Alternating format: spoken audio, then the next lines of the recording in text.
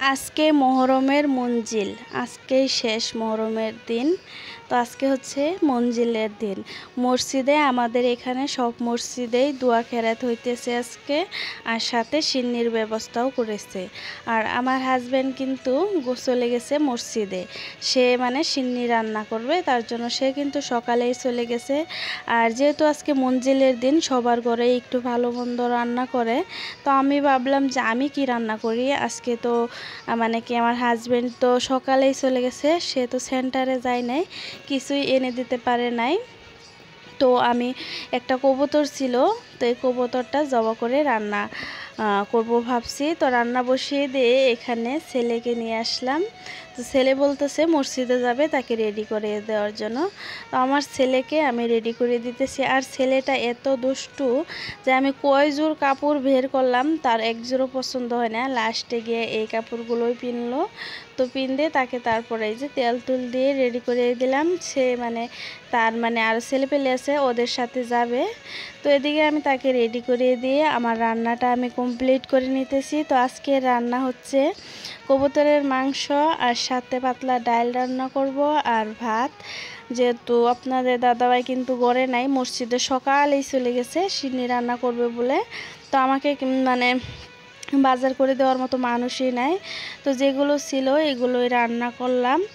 আর ছেলেও তো এখন মসজিদে চলে গেছে, ঘরে এখন কেউই নাই। তো আমি আমার কাজগুলো করে নিতেছি। আর রাত্রের বেলা বৃষ্টি হওয়ার কারণে উঠানের মানে অবস্থা খুবই খারাপ। যেখানে আমি গরুটা বাঁধি সেখানে কিন্তু একদম খের বন দিয়ে একদম জায়গাটা কিভাবে মানে পচে আছে।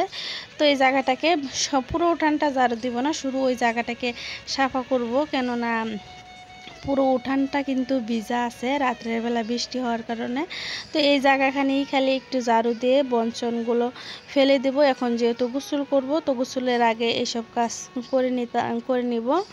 তো গোসল করার আগে এই যে কয়টা কাপড়ও আমি ধুয়ে নিব। এগুলো হচ্ছে কালকে গোসল করে রেখে দেওয়া কাপড়, আর সাথে যে পুরনো সুপার কাভারগুলো। যেহেতু আমার ওই কালকের ব্লগে দেখতেই পাচ্ছেন যে নতুন কাভারগুলো হয় নাই, নতুন কাভারগুলো আমি রিটার্ন করে দিয়েছি, অর্ডার করে এনেছিলাম। তো আজ যে আগের যে পুরনো সুপার কাভারগুলো এগুলোই ধুয়ে দিলাম, এগুলোই এখন লাগাবো। আর কাপড় চাপড় ধুয়ে একের সাথে সাথে আমি গোসলটাও করে নিলাম। তো গোসল করে এখানে আমি ভাত খেয়ে নিতেছি। আর সাথে ছেলেও চলে আসছে মসজিদ থেকে, তো সিন্নি নিয়ে আসছে।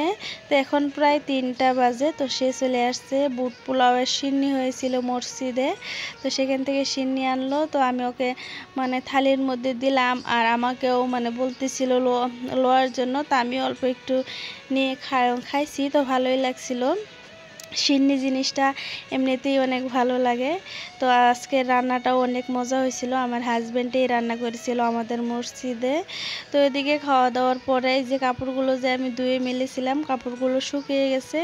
তো কাপড়গুলো ঘরে রেখে দিয়ে তারপরে যে বিকালবেলা এখন পুরো উঠানটাকে সুন্দর করে ঝাড়ু দিয়ে নিব। যেহেতু সকালবেলা ভিজা ছিল, তার জন্য আমি ঝাড়ু দিতে পারি নাই, শুধুমাত্র গরু যেখানে বাঁধি সেখানেই ঝাড়ু দিয়েছিলাম। তো এখন পুরো উঠান ঝাড়ু দিয়ে যেই কাপড়গুলো আমি ঘরে রেখেছি, মানে বাহির থেকে ধুয়ে আনা কাপড়গুলো, এগুলো বিছনার মধ্যেই রেখে দিয়েছিলাম। তো বিছনার থেকে এখন যেই জায়গা মতো রাখতে হয় সেই জায়গা মতনে রাখবো। যেগুলো রেগুলার ইউজ করি সেগুলো আলনাতে রাখবো, আর যেগুলো কম ইউজ করা হয় সেগুলো গডরেজের মধ্যে উঠিয়ে রাখবো। তো গডরেজের মধ্যে কাপড়গুলো রেখে তারপরে যে আলনার যে কাপড়গুলো সেগুলো সেখানে রেখে এখন হচ্ছে সুপার কাভারগুলো নিয়ে চলে যাব ওই ঘরে। তো সুপার কাভারগুলো সোফাতে লাগিয়ে দিব। যেহেতু শখ করে একজোড় কাভার আনিছিলাম, কিন্তু কাভারগুলো আমার মানে সোফার সাথে ফিটিং হয় নাই, তার জন্য তো ঘুরিয়ে দিয়েছি। আপনারা আমার ওই ভিডিওতে দেখেছেন, যারা না দেখেন নাই তারা দেখে আসতে পারেন। তো এখানে আমি এই সুপার কাভারগুলো লাগিয়ে দিতেছি। সোফার মধ্যে কাভার না লাগালে আমাদের যেহেতু কাঁচা ঘর একদমই মানে লেত্রা হয়ে যায় ধুলাবালু দিয়ে। তো আর আজকের ভিডিওটাও আমি আর বেশি লম্বা করব না, তোমাদের কাছে কেমন লাগছে কমেন্টে বলতে পারো। যদি ভালো লাগে তাহলে ভিডিওতে একটা লাইক দিয়ে চ্যানেলটিকে সাবস্ক্রাইব করে রাখতে পারো। তো আজকের মতো বিদায় নিচ্ছি, দেখা হবে আবার নতুন আরও একটা ভিডিওর সাথে। আল্লাহ হাফিজ।